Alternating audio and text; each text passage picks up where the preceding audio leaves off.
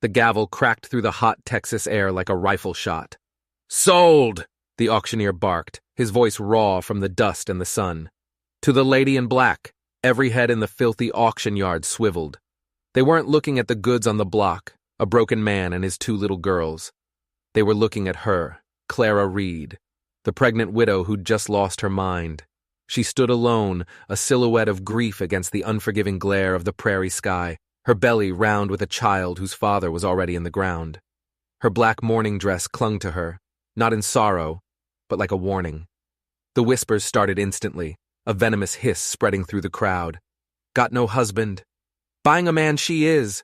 The grief's cooked her brain." Clara didn't flinch.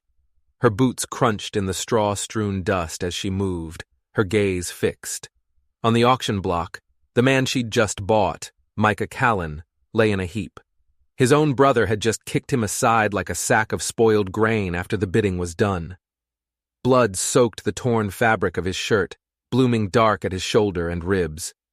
His wrists were bound raw, his lips cracked and split from a thirst no one had bothered to quench.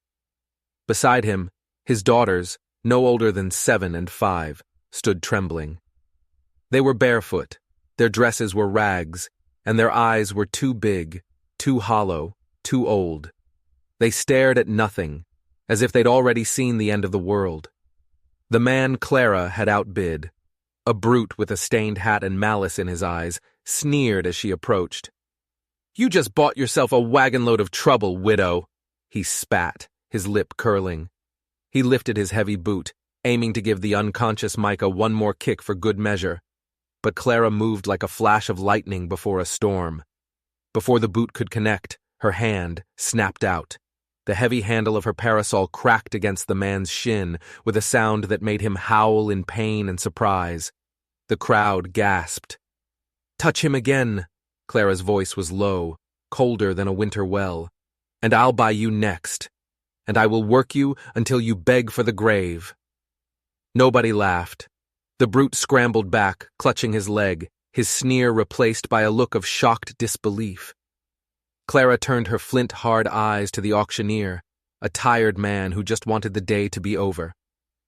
"Unbind him," she commanded, "and give me their names." The auctioneer cleared his throat, fumbling with his ledger.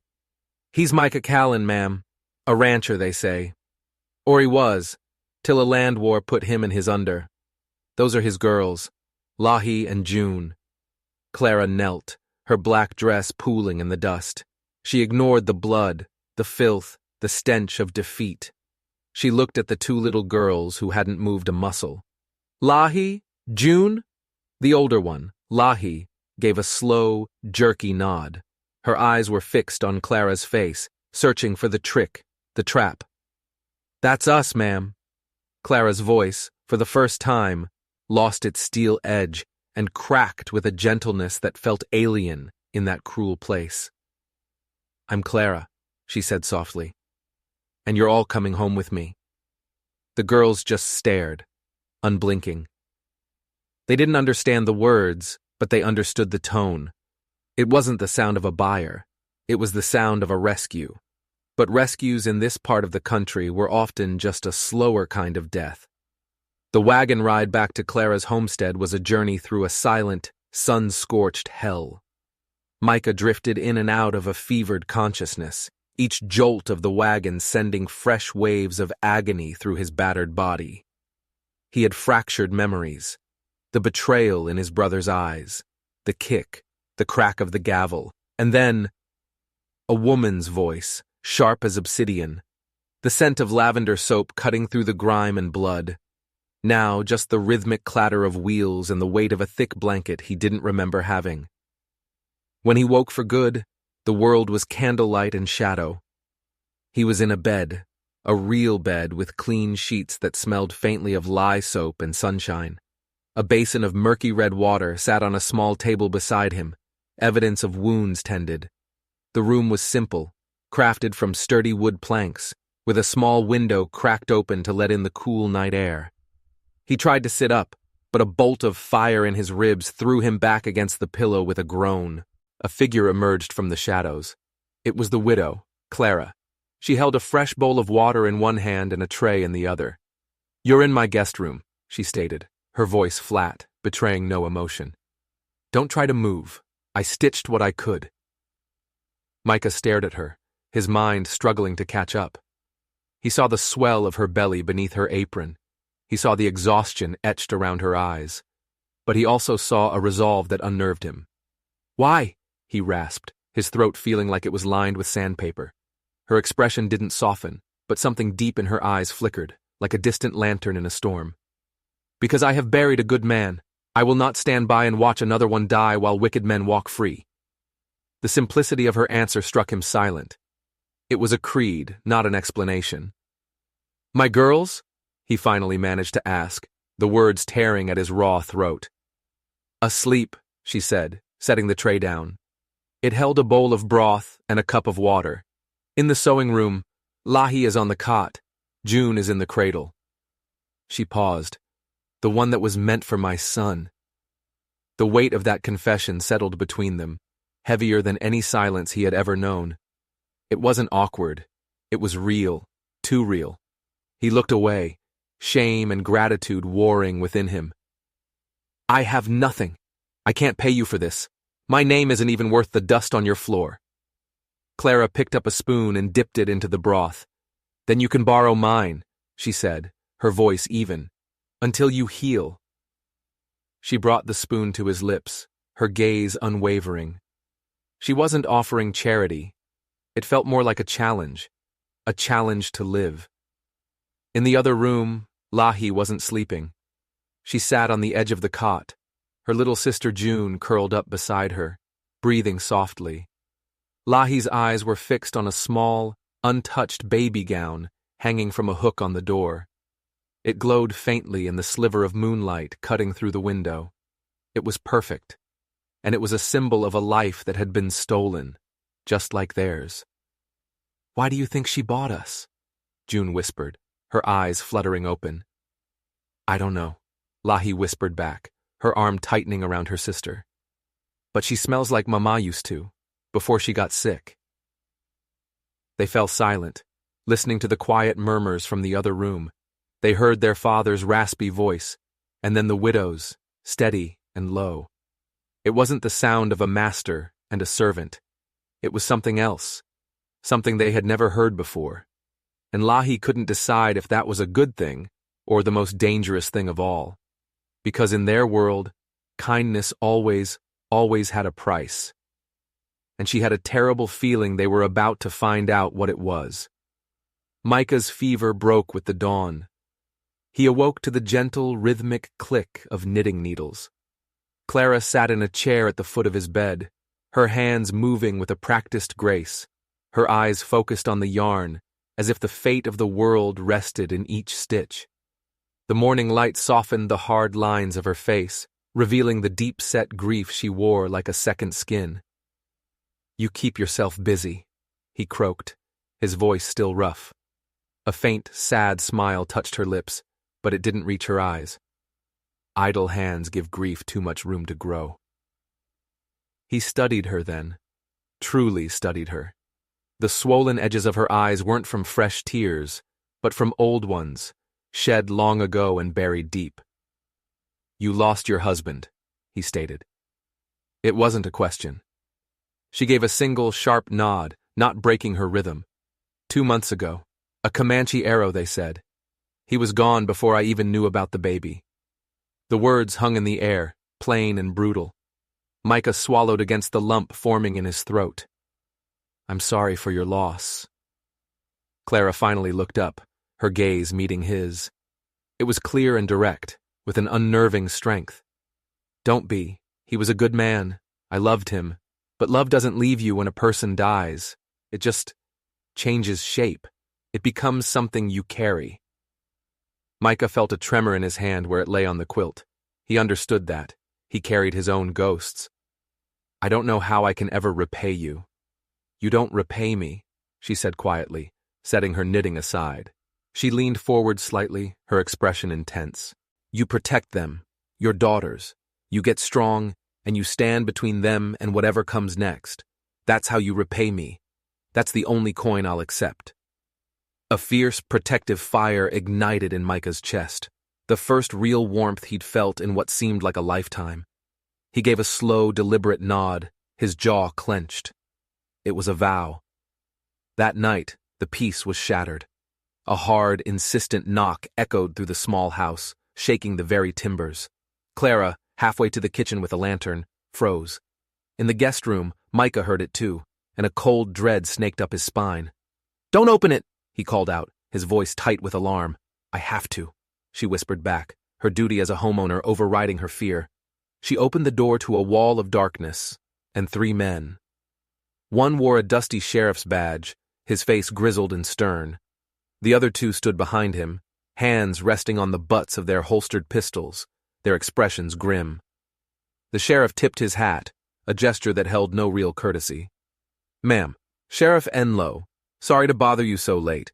We have a legal order to retrieve one Micah Callan and the 2 minor children in his possession. Seems their sale was contested by the next of kin." Clara didn't so much as blink. Her hand rested protectively on her swollen belly. "And you believe I'll just hand over a wounded man and 2 terrified children into the night?" "The law says they ain't yours, ma'am," the sheriff said, his voice flat. "They belong to his brother Elias. He filed the complaint." Clara took a deep, steadying breath, the scent of the cold night air filling her lungs. "Then the law can sit on my porch and wait for the sun to rise," she said, her voice ringing with defiance. "We can read the Bible together and discuss the meaning of human decency, because no one is dragging those little girls out of my house tonight." The sheriff took a step forward, his hand dropping to his own pistol. "Ma'am, I have my orders. Don't make this difficult." From inside the house, a weak but determined voice cut through the tension. "Let them in, Clara." It was Micah. He was standing in the hallway, swaying on his feet, his shoulder wrapped in clean bandages. In his hand, he held an old pistol Clara had kept on her writing desk. He looked like a ghost, but a ghost with fire in his eyes. "If they're here for me," he said, his gaze locked on the sheriff, "then I'll speak with them." Clara hesitated, a war raging in her eyes. But she saw the resolve in Micah's face, and gave a tight, reluctant nod. She opened the door wider. Micah limped onto the porch, pulling the door shut behind him, leaving Clara alone in the lamplight, her heart hammering against her ribs. The conversation was low, tense murmurs that she couldn't quite make out. It stretched for what felt like an eternity. 10 minutes later, the door opened, and Micah stumbled back inside, his face ashen, his body shaking not from weakness, but from rage and despair. Clara caught him before he could fall. "Micah, what is it? What happened?" He leaned against the wall, his breath coming in ragged gasps. He looked at her, his eyes filled with a fresh, terrible horror. "Elias," he whispered, the name like a curse on his tongue. "He didn't just file a complaint. He filed for custody. He told the judge I was unfit, a drunk, that I abused them. He's trying to take them for good." Micah's voice broke. "The sheriff, he's not on our side. He gave me 5 days. 5 days to prove legally that those girls are safer here, or he's coming back, and he will take them." Clara's breath hitched. 5 days. An impossible deadline. How could they fight a corrupt system when they had nothing? Micah pushed himself off the wall, his eyes locking with hers, a desperate, wild idea forming in his gaze. "There's one way," he said, his voice low and intense. "One way to make it legal. One way to build a fortress around them so fast that not even Elias or his bought and paid for sheriff can tear it down." Clara stared at him, her mind racing, searching for what he could possibly mean. He didn't blink. "If I was your husband," Micah said, the words hanging in the air like a prophecy, "no court in this land could take my daughters from our home." The proposition hung in the room, stark and unbelievable. It wasn't a question of love or affection. It was a move on a chessboard where the pawns were his children. Clara's hand was still on Micah's arm, meant to steady him, but now it was her own world that was tilting off its axis. A marriage.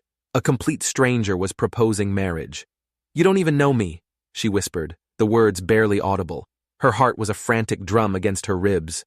Micah seemed to draw strength from some hidden well of desperation. He stood a little straighter, despite the pain that surely lanced through his side. I know you stepped into that auction pit when every other person looked away. I know you stared down a man twice your size to keep him from kicking me when I was down. I know you bought a broken man and his children not as property, but as people. He took a shaky breath.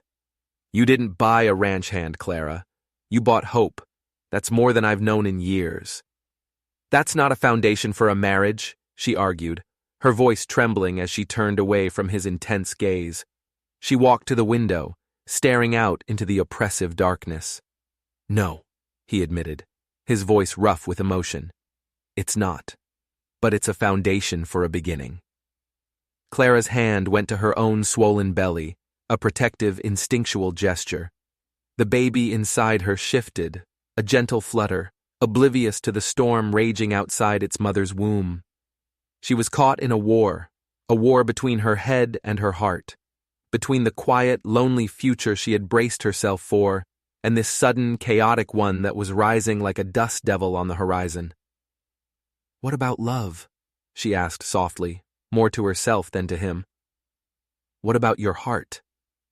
Micah's answer was quiet, but it struck her with the force of a physical blow. My heart is buried on a hillside 2 counties over.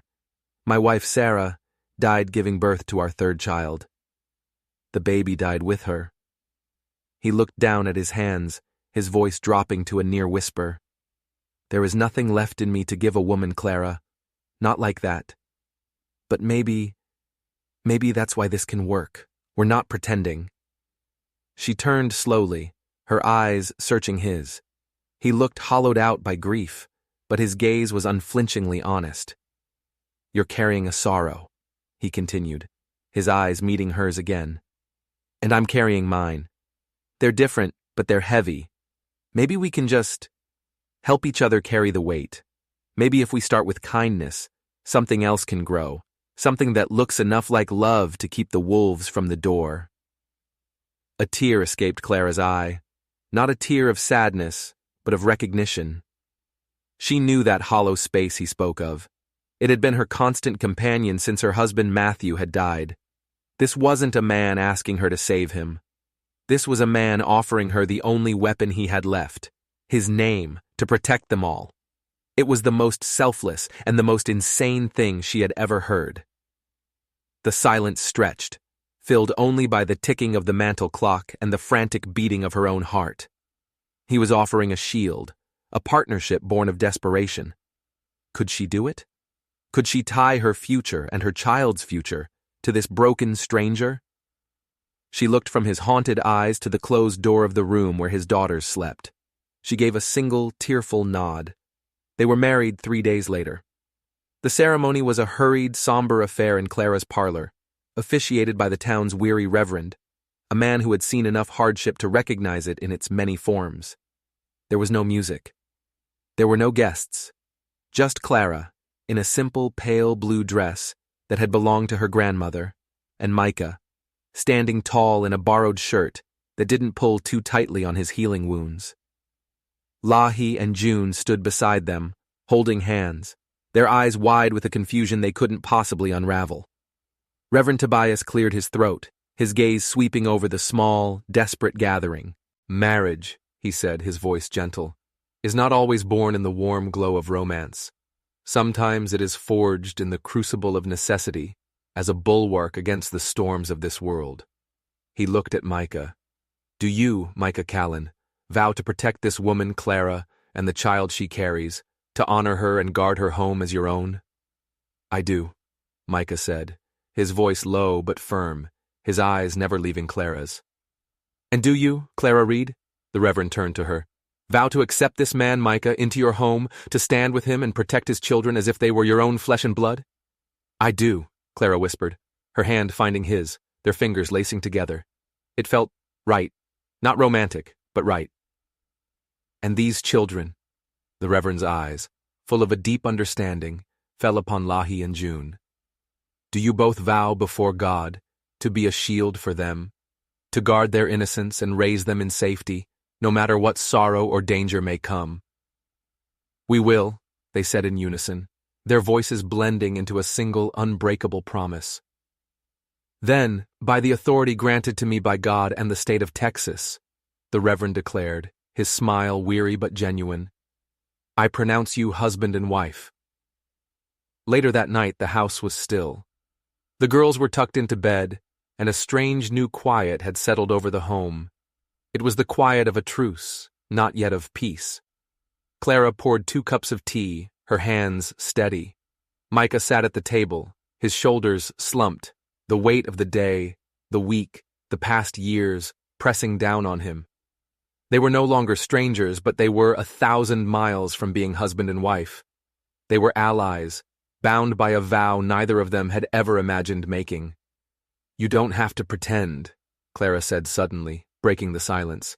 This, all of it, me, the baby coming, the girls, if it's too much, the barn is warm.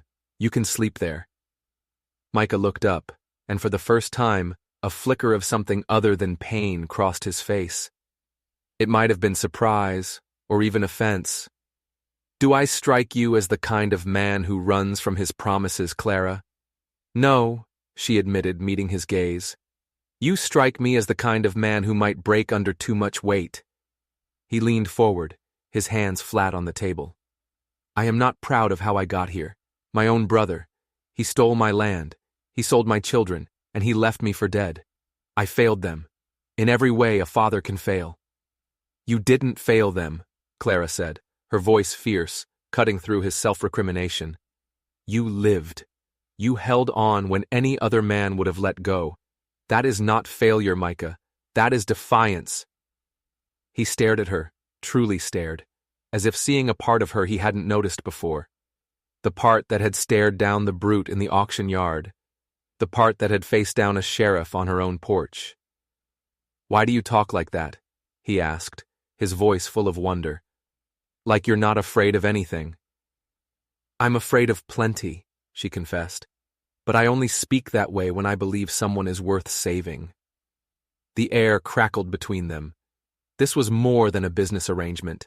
It was something deeper, something fragile and unnamed, taking root in the scorched earth of their lives. But the world outside didn't care about fragile things. The next morning, a piece of paper was nailed to their front doorpost, pinned by a rusted horseshoe nail. Micah saw it first. His name was scrawled across it in a crude, angry hand. He read it once, his face turning to stone. Then he read it again, before handing it to Clara without a word. Her eyes scanned the short, brutal message. You think a wedding license and a preacher's words can stop me? You trick the law, but you can't trick me. Those girls are mine. I'll be back for them, one way or another. Elias Clara looked up, her eyes meeting Micah's. His were dark, bottomless pits of old hatred. Your brother, she stated. Elias, he confirmed, his voice a low growl. And he truly believes children are property to be owned and claimed? She asked, her voice laced with cold fury. Micah nodded grimly. He always has. He used them to get sympathy from the neighbors after his own wife ran off. When I wouldn't let him keep them, when I said I'd raise them myself, he turned. He set the fire. Clara didn't gasp. She didn't cry. She folded the letter with chilling precision, walked to the hearth, and dropped it into the flames. She watched it curl, blacken, and turn to ash. Then he will find out, she said, turning back to Micah, her eyes blazing with a cold fire he was beginning to recognize, that this is one piece of property that will never again be for sale. The threat from Elias hung over the small ranch like a thunderhead, promising a storm. Micah started carrying the pistol everywhere, his hand never straying far from its grip. He was quiet, coiled, a man waiting for a battle he knew was inevitable. But inside the house, something else was happening. Something unexpected. A slow, tentative thaw. One afternoon, while Clara was in the front room, folding a small stack of baby clothes in a patch of sunlight, Lahi approached her. The little girl twisted the hem of her dress in her hands, her brow furrowed with serious thought. Mrs. Clara? She began. then stopped, correcting herself.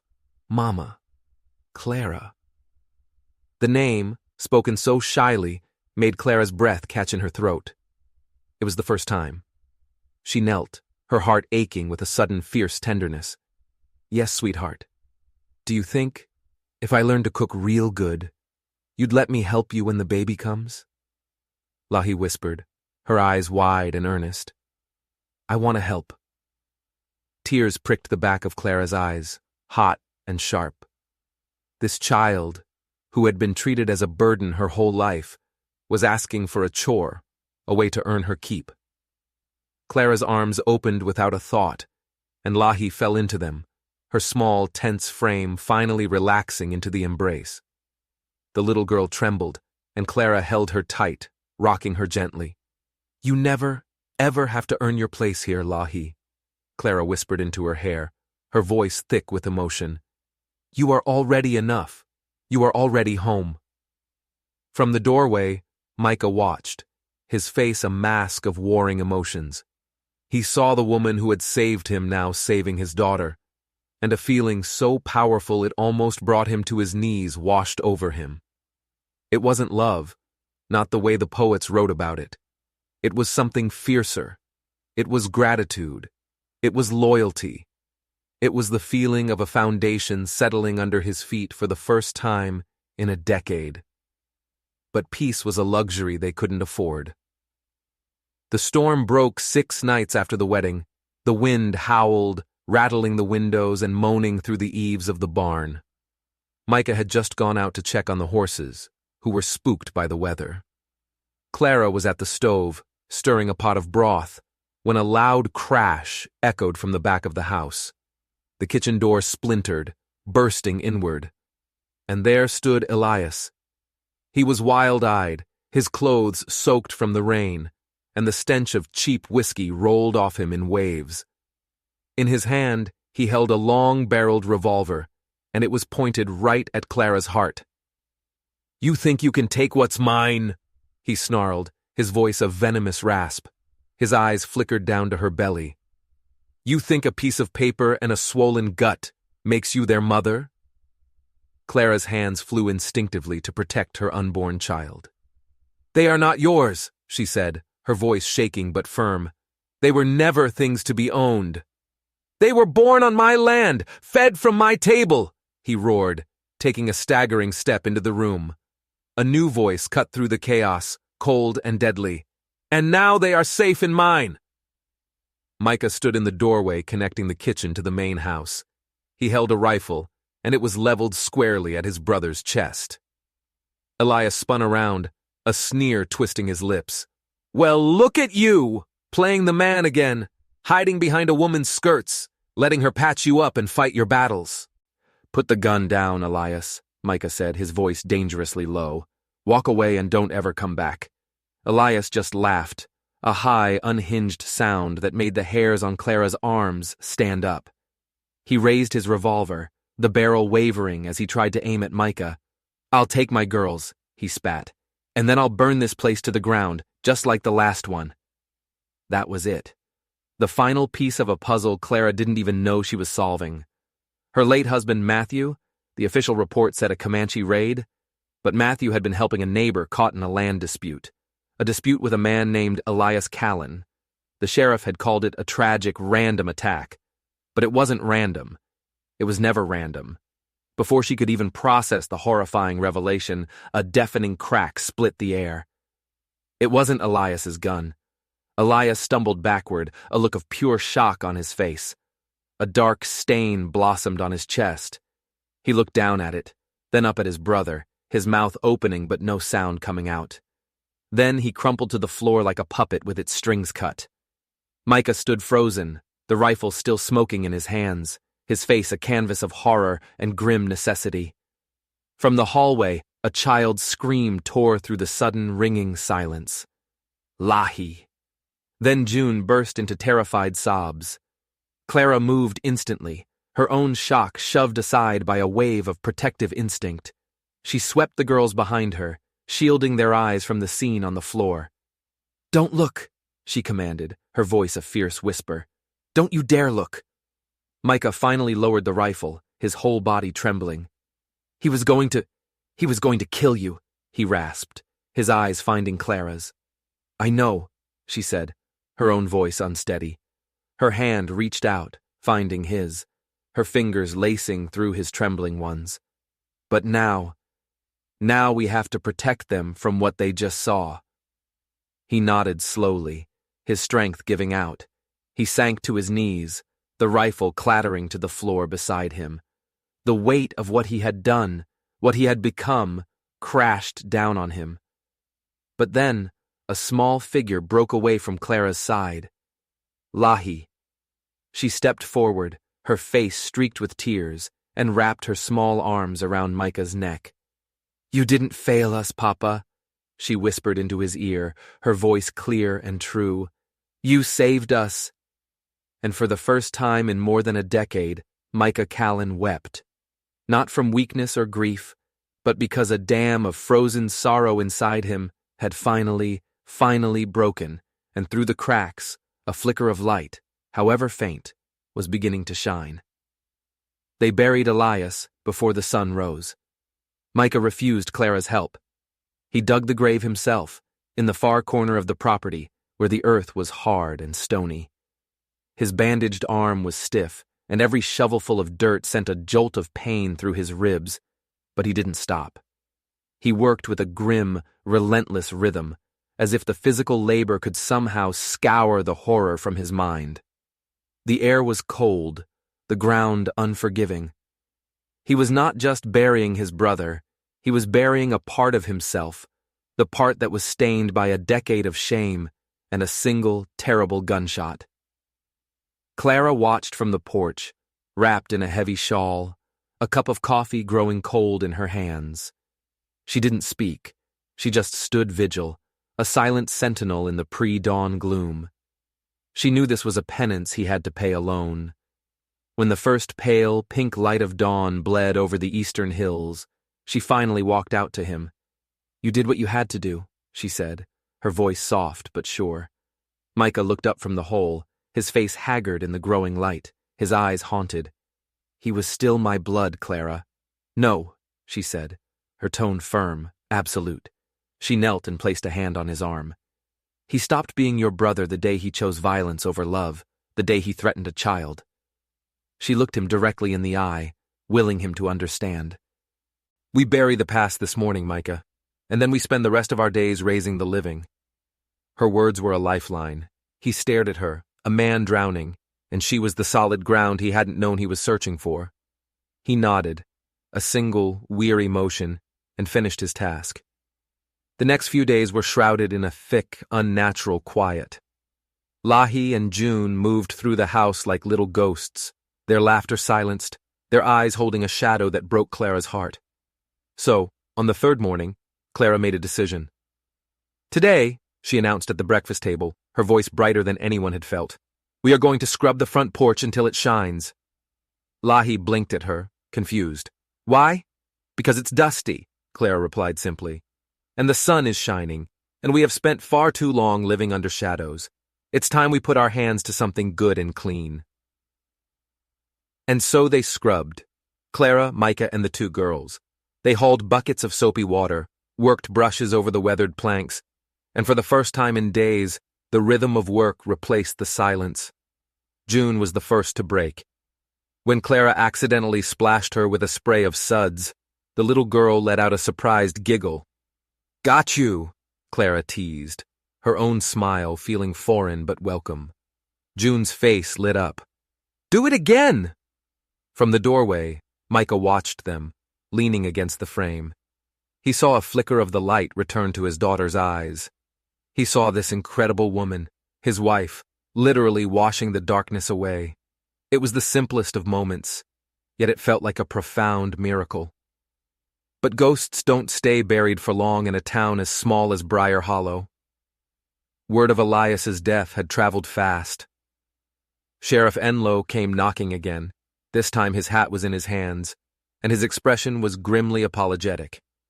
Micah met him on the newly cleaned porch. Micah, the sheriff began, his voice low, heard about what happened with Elias. He drew on me, Sheriff, in front of my wife and girls, Micah said, his voice level. I believe you. Enloe sighed, surprising him. I read your statement. It matches the scene, but that's not the problem. He glanced back toward town. Elias had cousins, powerful ones. They've hired a lawyer from out of state. They're petitioning the circuit judge, claiming your marriage was a sham to gain custody, and that you lured Elias to your property and murdered him in cold blood. Clara stepped through the door, her face pale, but her eyes flashing with anger. That is a despicable lie. Ma'am, I'm sure it is, the sheriff said, his tone sympathetic. But in a courtroom, the truth is just a story, and right now, they're telling a better one. They're painting you as a desperate man, Micah, a killer who hid behind a pregnant widow's skirts. He looked from one to the other, his face etched with worry. A judge is going to listen, and if he believes them, he won't just take the girls. He'll see you hang. Micah stiffened, the blood draining from his face. We'll testify. The girls, they saw what he did. They're children, Micah, the sheriff said gently. Traumatized children. A slick lawyer will twist their words until they don't know which way is up. He'll make them sound like they were coached. He shook his head. You need more than your word against theirs. You need an unbiased witness, someone who can testify to Elias's character, to his threats. Without that, you're walking into a slaughter. The air grew thick with despair. It was a trap, perfectly laid. They had survived the attack, only to be caught in a legal noose. Clara's mind raced. A witness, someone who saw Elias for what he was, and then an image surfaced. A sharp-tongued old woman in the general store, the day she had first arrived in town. There might be someone, Clara said slowly, a flicker of hope igniting in her chest. Her name is Ruthie Bell. Ruthie Bell ran the town apothecary, a small shop that smelled of chamomile, licorice root, and secrets. She was a widow herself, with silver hair pulled into a tight bun, and eyes that missed nothing from her perch behind the counter. When Clara entered, Ruthie didn't even look up from the jar she was labeling. Heard you had some trouble out at your place, she said, her voice dry as dust. You always hear everything, Ruthie, Clara replied, managing a small smile. Ruthie set her pen down and finally met Clara's gaze. Her eyes were sharp, intelligent. You're not here for a sleeping draft, I take it. What do you need, child? I need your memory, Clara said, her voice low and urgent. Ruthie's eyebrows rose. That's a dangerous thing to ask of a woman my age. The day I bought Micah and the girls, Clara pressed on. You were in the general store. Elias was there. He was drunk. He said things. You warned me. You told me he was a snake with a man's face. Ruthie's lips pursed into a thin line as she remembered. I did. Saw the way he looked at you and those little ones, like a wolf sizing up lambs. Heard him muttering about how they were his property and how he'd get them back no matter what it took. Made my skin crawl. Would you be willing to say that in a court of law, Ruthie? Clara asked, holding her breath. Would you testify for us? Ruthie studied her, her gaze intense. You're asking me to stick my neck out. Elias's family, the Harmons, they have long memories and deep pockets. Crossing them is not a small thing. I'm not asking you to cross anyone, Clara said, her voice ringing with a desperate sincerity. I'm asking you to help me keep two little girls safe, to help me keep a good man from the gallows. A long silence stretched between them. Ruthie's gaze softened, a flicker of grudging admiration in her eyes. You got some real fight in you, widow. I'll give you that. She let out a long, weary sigh. All right, I'll do it. It's been a long time since anyone in this town stood up for what's right just because it's right. She nodded once, sealing the pact. Tell me when and where. But as Clara turned to leave, her heart soaring with a fragile hope, Ruthie's voice stopped her at the door. Just be careful, Clara, the old woman warned, her voice suddenly grave.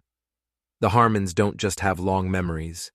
They're connected, to the law, to the banks, even to the past. You're not just fighting Elias's ghost. You're fighting the roots of this whole town. and some roots run deeper and darker than you can possibly imagine. Ruthie's warning echoed in Clara's mind as the day of the hearing approached. The entire town seemed to be holding its breath. The hearing wasn't in a grand courtroom, but in the town hall, a stuffy room packed with grim-faced ranchers and whispering townsfolk. The circuit judge was a man named Harrison, with cold, impartial eyes and a reputation for being unswayable. Elias's cousins, the Harmon brothers, sat in the front row, their expensive suits a stark contrast to the worn denim of the local ranchers. They looked confident, predatory. Sheriff Enlow gave his testimony first, a flat, factual account of the events. Then, the Harmon's lawyer, a slick, well-dressed man from the city, began his assault. He painted Micah as a violent, unstable man, a failure who'd been sold for debt, a man who had murdered his own brother in a fit of rage. He twisted every fact, every detail, until the truth was a mangled, unrecognizable thing. Then he called a surprise witness, the auctioneer. The man stammered, sweating under the lawyer's sharp questioning. "Did Micah Callan appear drunk or belligerent at the auction?" The lawyer pressed. "Well, he was down on his luck. Answer the question. Did he threaten his brother?" They exchanged words, yes," the auctioneer mumbled, refusing to look at Micah. "And what did you think when this widow," he sneered, gesturing at Clara, "paid a full price for a man and his children? Did it seem unusual?" "It was highly irregular, yes." The lawyer smiled, a shark smile. He was building a narrative of a conspiracy, a sordid deal between a desperate widow and a violent drifter. Clara felt a chill crawl up her spine. This was worse than she'd imagined. Then it was their turn. Ruthie Bell was called to the stand. She walked with a steady, unhurried gait, her silver hair catching the light. She was unfazed by the lawyer's condescending tone. "Mrs. Bell," the lawyer began, "you claim you overheard my client's cousin, the late Elias Callan, making threats?" "I don't claim," Ruthie said, her voice clear and sharp. "I state. He was drunk as a lord in the general store, boasting that he'd get those girls back and that their father would be 6 feet under before the season turned." "A drunk man's ramblings," the lawyer scoffed. "Hardly credible." "I've found," Ruthie retorted, her eyes glinting, "that what a man says when he's drunk is often the truest thing he knows." A murmur went through the crowd. The lawyer's smile faltered, but his final question was a poisoned dart. "Mrs. Bell, isn't it true that you and the widow, Mrs. Reed, or should I say, Mrs. Callan, are close friends?" "I respect the woman," Ruthie said. "I wouldn't say we're friends." "But you sympathize with her, a fellow widow. You'd be inclined to help her, wouldn't you? Perhaps even embellish the truth a little?" Clara's heart sank. He was painting Ruthie as a biased, unreliable old woman. Finally, Micah took the stand. He looked directly at the judge, his face calm, his voice steady. He told his story, simply and without embellishment. He spoke of his brother's betrayal, his desperation to protect his daughters. "And why did you shoot him?" the lawyer demanded, his voice like a whip. "Why not just disarm him?" "Because he raised a gun to my wife," Micah said, his gaze shifting to Clara. "He threatened her. He threatened my unborn child. He had the devil in his eyes. There was no time for anything else." "Your wife?" the lawyer sneered. "A woman you married 3 days after meeting her? A woman whose land and home you now stand to inherit? It's a very convenient arrangement, wouldn't you say?" Before Micah could answer, Clara stood up. All eyes turned to her. "Your Honor," she said, her voice ringing through the silent room.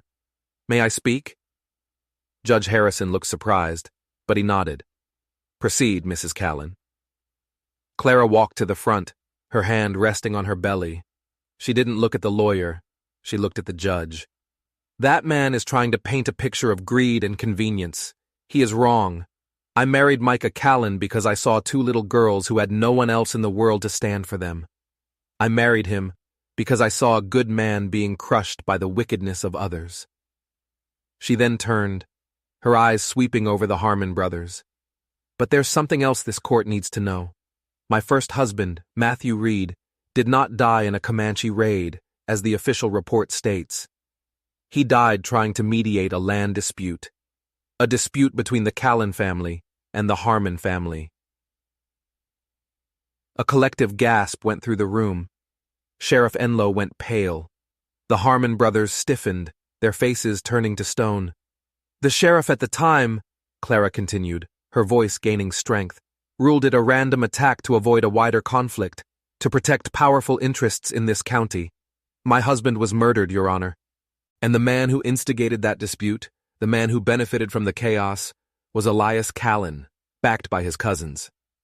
She let the accusation hang in the air, a stunning, explosive charge.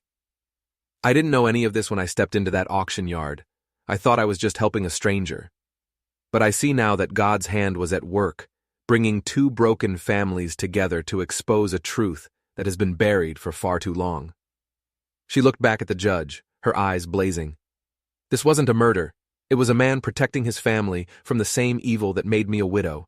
The only question before this court is whether you will let that evil win again.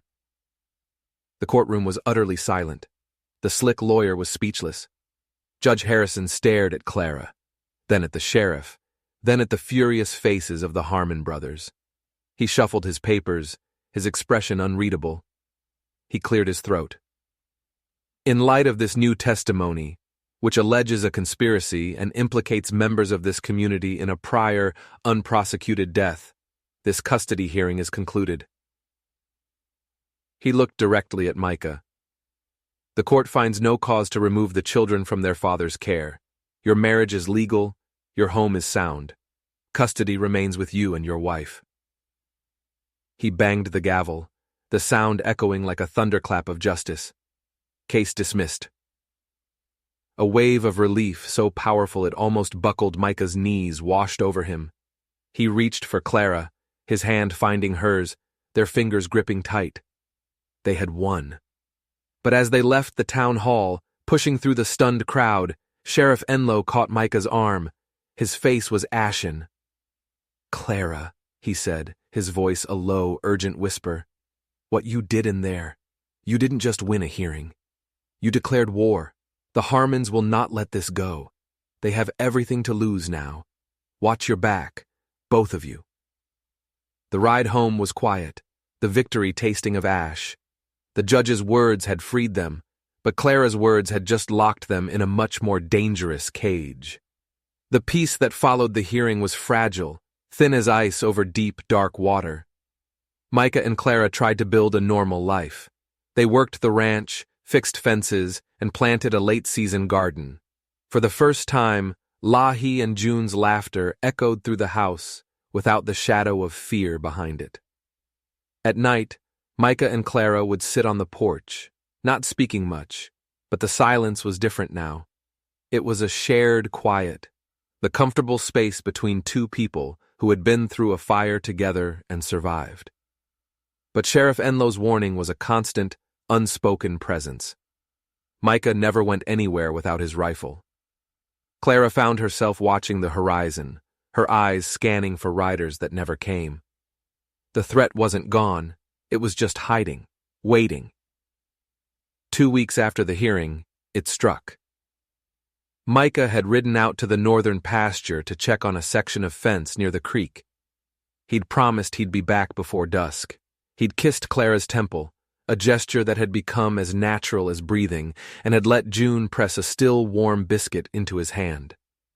Dusk came and went. The sky bled from orange to purple to a deep, star-dusted indigo. The fire in the hearth burned down to glowing embers. Clara sat by the window, her knitting forgotten in her lap, her hand resting on her belly, where the baby stirred restlessly. 1 o'clock. 2 o'clock. A cold, heavy dread began to settle in her heart. Around 3 a.m., she heard it, the sound of a single horse, moving slowly, wearily. She rushed to the door, her heart hammering, and threw it open. It was Sheriff Enlow. He was leading Micah's horse, and its saddle was empty. Enlow dismounted, his movements heavy with bad news. His face was a grim mask in the moonlight. "Clara," he began. "Just tell me," she whispered, gripping the doorframe to stay upright. "He's alive," the sheriff said quickly, seeing the terror in her eyes. Barely. Found him by the creek. Someone ambushed him. Hit him over the head from behind and left him for dead in the cold. The Harmons, she breathed, the name like poison. Has to be, Enloe agreed, his jaw tight with fury. No way to prove it, of course. They'll have an alibi ironclad. But we both know who did this. He looked at her, his expression a mixture of pity and grim respect. I took him to Doc Whitley's place in town. He's breathing, but the head wound is bad. The doc, he doesn't know if he'll wake up. The world tilted under Clara's feet. She didn't remember grabbing her shawl or locking the door. She just remembered kissing her sleeping girls, whispering a promise to be back, and riding with the sheriff into the dying night, her mind a numb chaos of prayer and fury. Micah was a ghost. He lay on a cot in the back room of the doctor's small infirmary, his head wrapped in thick, stained bandages. His face was pale, his lips were blue, and his breathing was so shallow it was barely perceptible. Clara sat beside him, taking his cold, limp hand in hers. She didn't cry. The shock was too deep for tears. She just sat, holding his hand, and whispered to him, "Come back to me, Micah. You promised. We're a family. Don't you dare break that promise." She stayed until dawn, humming the same quiet hymn she sang to the girls. When she finally returned to the ranch, exhausted and hollowed out, she found the front door unlocked. The fire was dead in the hearth, and the house was empty. A single sheet of paper was on the kitchen table, a note scrawled in Lahi's childish handwriting. Mama Clara, men came. Said they were the law. They had a paper. They took us. They said we are going to the Harmons. Be brave. Lahi. Clara's world didn't just tilt, it shattered. The air left her lungs in a raw, ragged scream. They had waited until Micah was gone, until he was helpless. They had come not with guns, but with a piece of paper, a legal kidnapping. The judge might have dismissed the custody case, but the Harmons had found another way. A corrupt judge in another county, a fraudulent order. They had her girls. Panic, cold and absolute, seized her. She ran outside, screaming their names into the empty morning. Nothing. She fell to her knees in the dirt, a single guttural sob tearing from her throat. She had lost her husband, and now she had lost her children. She was alone again, with nothing but a silent house and the ghost of a family she had dared to believe in. But then, something shifted. The grief and terror receded, replaced by a wave of pure, unadulterated rage. It was a fire she hadn't felt since the day she'd buried Matthew. The Harmons thought they had beaten her. They thought she was just a grieving, pregnant widow. They had no idea who they were dealing with.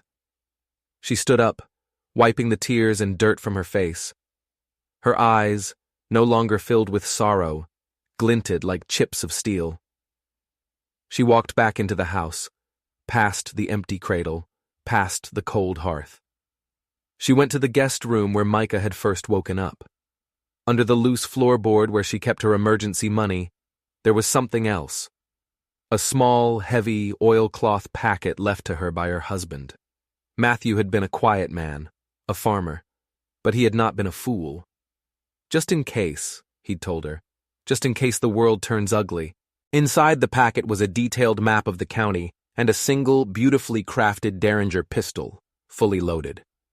Clara strapped the pistol to her ankle, hiding it beneath the hem of her dress.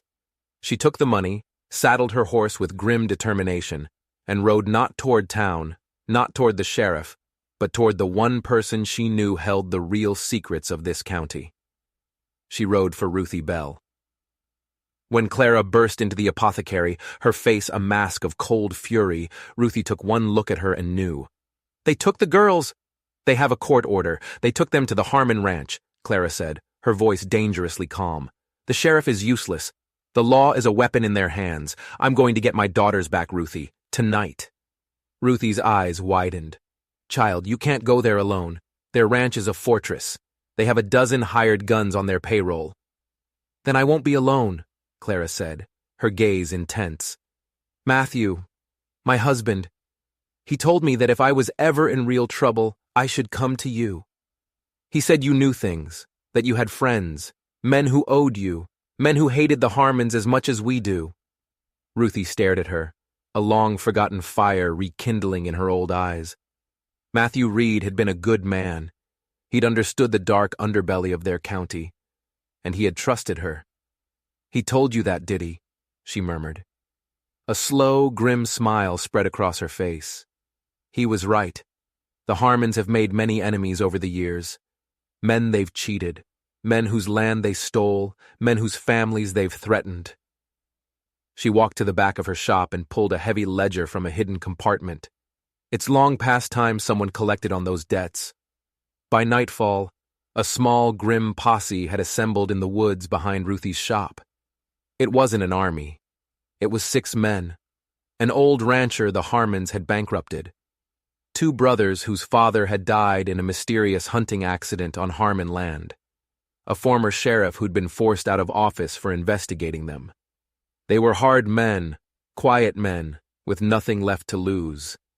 And they all trusted Ruthie Bell.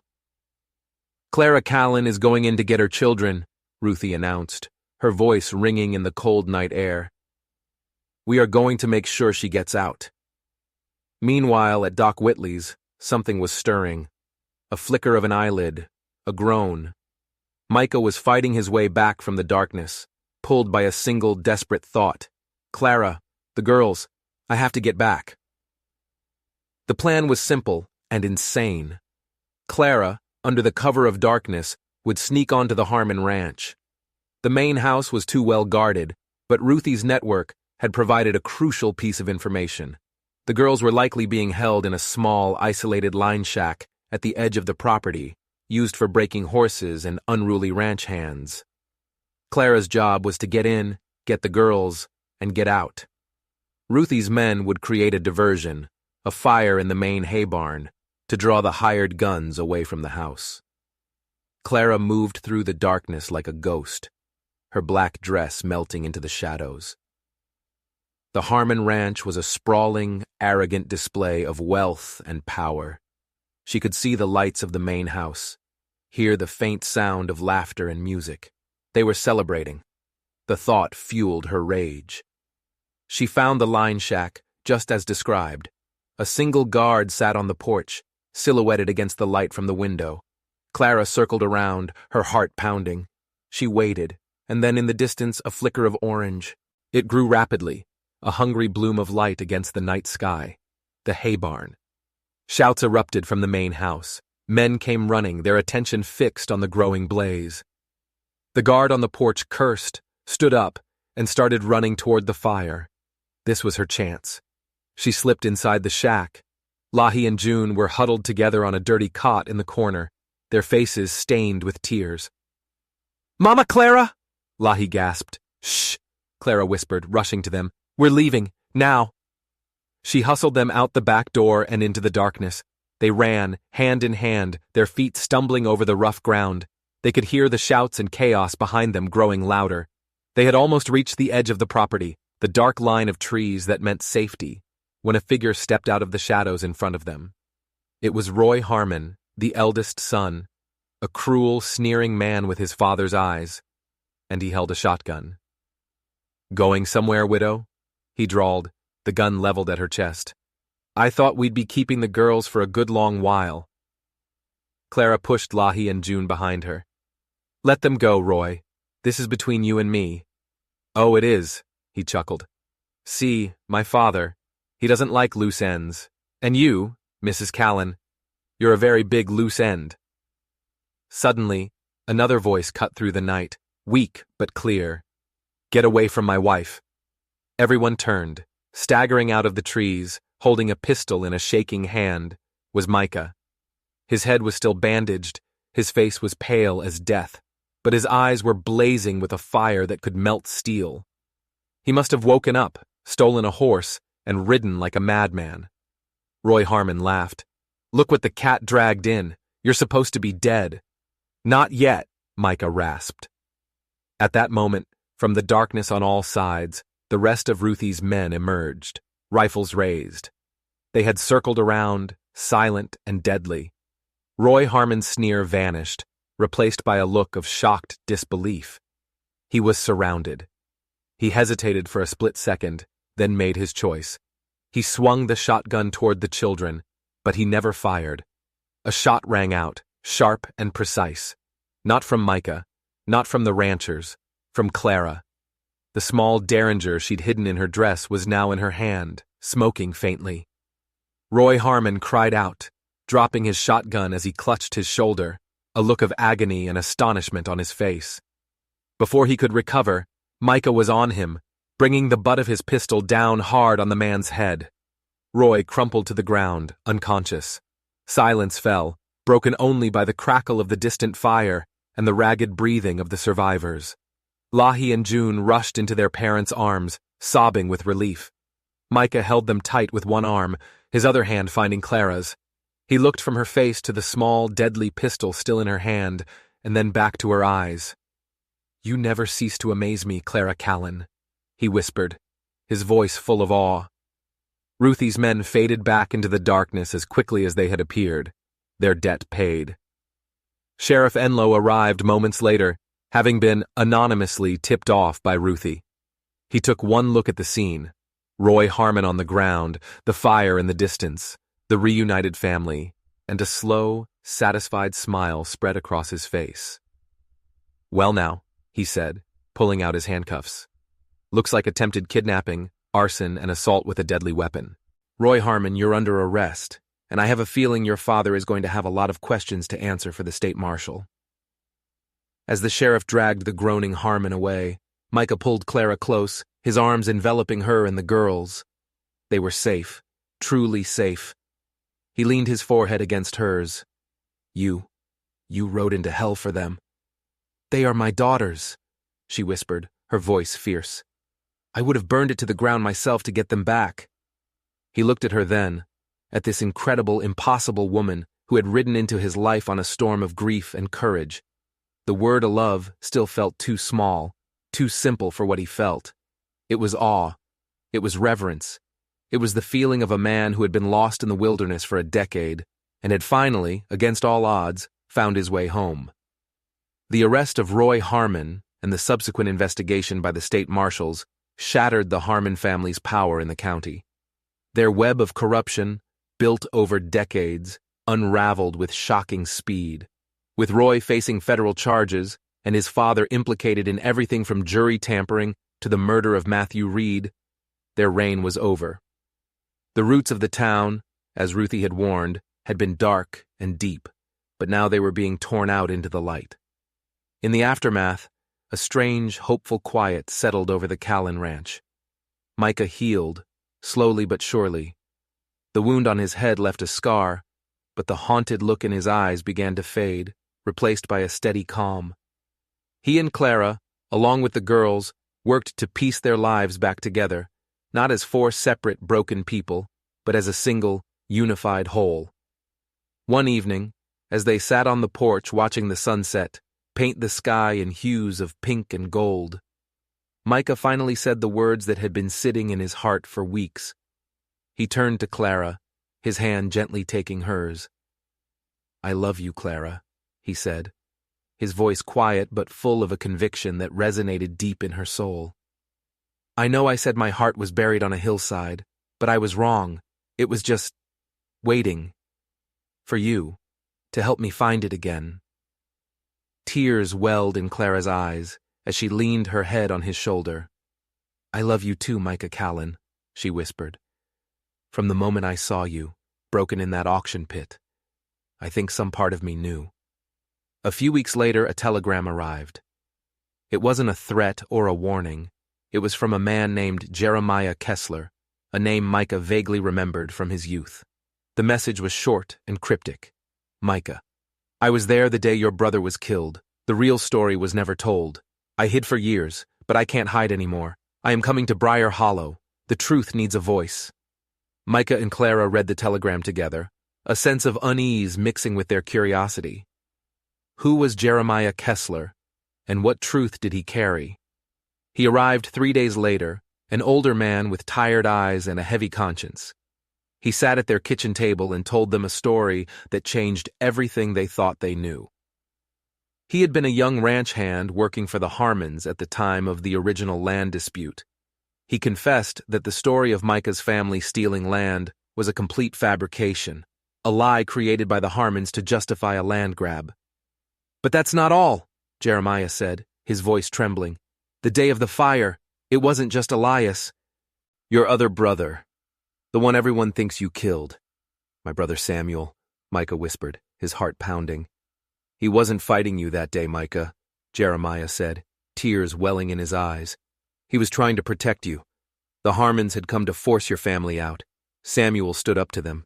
He told you to run to get help. It was Roy Harmon, just a boy then, who shot him, not you. Elias saw the whole thing and was paid by the Harmons to spread the lie that you were the killer. It was a story to cover their own crime and drive you off the land for good." Micah sat in stunned silence, the weight of a decade of guilt lifting from his shoulders in a sudden, breathtaking rush. He wasn't a kinslayer. He had been framed, his entire life destroyed by a lie. Clara reached for his hand, her own eyes filled with tears for the years of pain he had endured. "Why now, Jeremiah?" Clara asked gently. "Why tell us this now?"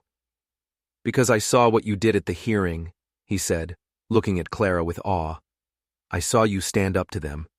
It gave me the courage to finally do the same. The truth. It deserved to be free." Jeremiah's public confession, backed by the ongoing federal investigation, was the final nail in the Harmon family's coffin. Micah's name was officially cleared, his innocence declared for all to hear. The land that had been stolen from his family was returned to him by order of the state. One sunny afternoon, Micah took Clara and the girls to the site of his old family homestead. The chimney stood like a lone tombstone, a monument to all that had been lost. "We'll rebuild here," he said, his voice thick with emotion. He knelt and touched the scorched earth. "But we'll build it bigger, with more windows to let in the light." He looked at Clara, his eyes shining. "This won't be just a house. It will be a home. Our home." That night, under a sky full of brilliant stars, Clara went into labor. It was a long and difficult birth, but Micah never left her side. He held her hand, whispered words of love and encouragement, and was the first to see his son enter the world as the sun rose, flooding the room with golden light. They named him Matthew, after the good man whose death had unwittingly set in motion the events that had brought them all together.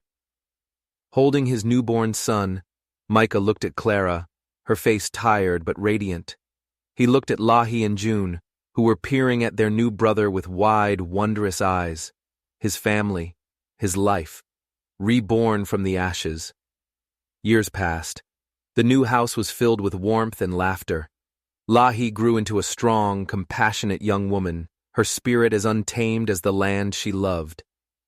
June, with her gentle soul, became the heart of the family, her kindness a balm to them all. And little Matthew grew up in a world where his father's name was synonymous, not with shame, but with honor and resilience. Micah Callan, the broken man from the auction block, became a respected leader in the community, a man sought out for his wisdom and his unshakable integrity. But his greatest joy was his family. One evening, as they all sat on the porch of the home they had built together, watching the fireflies dance in the twilight, Micah pulled Clara close. He kissed her, a long, slow kiss full of the quiet comfort of a shared life. "Do you remember the day you bought me?" he whispered against her hair. "I remember," she smiled. "The craziest thing I ever did." "It was the best dollar I was ever sold for," he said, his voice full of a gratitude that would never fade. He looked out at the land, at his children, at the woman in his arms, and he knew, with a certainty that settled deep in his bones, that he was the richest man in all of Texas. He hadn't just been saved, he had been reborn, and it all started with a pregnant widow who had the courage to buy a broken man, and in doing so, built a kingdom. If you were moved by Clara and Micah's incredible story of resilience and love against all odds, make sure you hit that subscribe button for more tales of survival and unexpected redemption. And let us know in the comments below, What do you think was the bravest thing Clara did? We'd love to hear your thoughts. Thanks for watching.